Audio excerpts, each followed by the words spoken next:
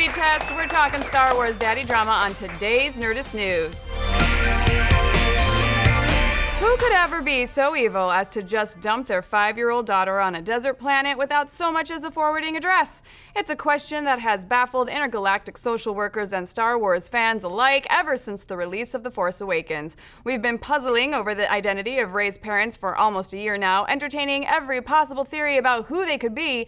Is she the secret love child of Mon Mothma and Grand Moff Tarkin? The offspring of an illicit tryst between Count Dooku and Mara Jade? Or, oh my gosh, could The Force Awakens just have been setting the stage for When Yoda Met Yaddle? The Yoda rom-com we've all been pining for. Well, no such luck. In fact, it looks like all of our theorizing has only blinded us to the truth right in front of our faces, because in a recent interview with Time Out London, Daisy Ridley said that she always considered the identity of Rey's parents fairly obvious.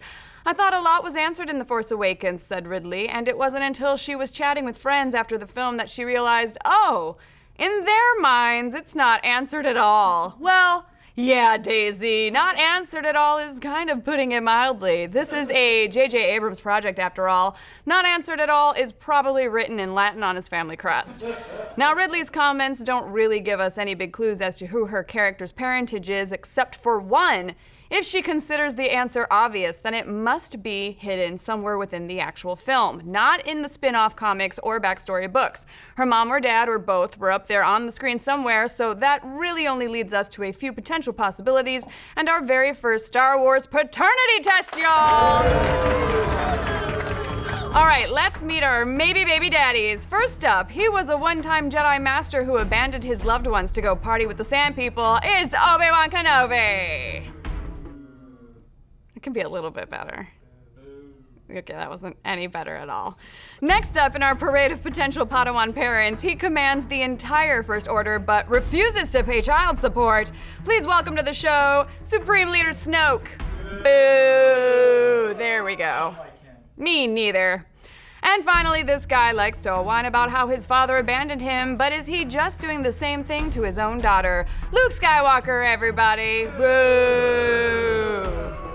All right, I have the results of Nerdist completely speculative, not at all official DNA tests right here. So let's just see who the father is. Okay. Obi-Wan Kenobi, in the case of Rey, you are not the father.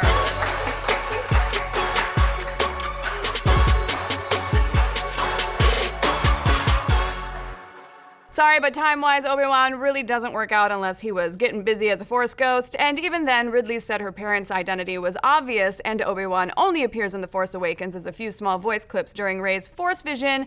So, unless she meant obvious so long as you see the film multiple times and slow down the audio track, it probably isn't him. Next up, Supreme Leader Snoke. In the case of Rey, you are not the father. As intriguing as the idea of Snoke being Rey's dad is, there's no real evidence for it, and you'd have to assume that if Snoke had a kid, especially a Force-attuned kid like Rey, he wouldn't have just dumped her somewhere. He'd want that power for the First Order. Plus, have you seen old Snoke these days? Something tells me those scars just don't stop at his face. Can that man even have kids? It's a little rough. It's a little rough, that line. That line's a little rough. Anyways, that leads us to our final candidate, Luke Skywalker. In the case of Rey, you are the father. No! Oh my gosh. Come on now, Luke. Time to own up to your responsibilities like a man. Seriously, Luke is the only person in the movie who makes sense as Rey's dad. Her obsession with him mirrors Luke's obsession with his own father in A New Hope, and we all know that Star Wars is all about them circles. Plus, just look at his face in the last shot of the movie. This is more momentous than just some rando scavenger girl tracking him down. This is important. This is his past finally catching up with him. Also, when you go back and watch Rey's Force vision, you realize that it all revolves around Luke. These two clearly have a connection. But you know what? Before we all declare Luke Skywalker the galaxy's worst dad for abandoning his daughter, I think it's time for my last words. You know, being a Jedi, it's not easy. You're forbidden from doing all the normal things we take for granted, like falling in love, So there's a good chance that if Rey really is Luke's daughter, then she was probably the product of one night of passion. Luke may not even know that she exists. And once her mother saw the First Order rising and Luke's protege Kylo Ren fall to the dark side, maybe she thought hiding Rey was her only option. I guess at the end of the day, maybe we shouldn't be so quick to pass judgment on parents. Mastering the Force can take a while, but mastering parenthood? That takes a lifetime. It's true. It's true. Now, if there's a Jedi, Sith, or Rebel spy who you think is the father of your child, call us for a chance to find out the result live on air, or actually just tell us in the comments. Please don't actually call us. And do you have any other theories about who Rey's parents might be? Did we ace this paternity test or get a big F in DNA? Let's discuss. You want an outro? Okay.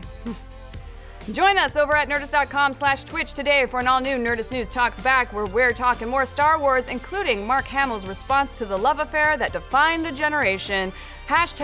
#Kerosene. Dan's got the most underrated and under-celebrated films of 2016 on that old chestnut, the Dan Cave, and I gotta say, good picks, Dan.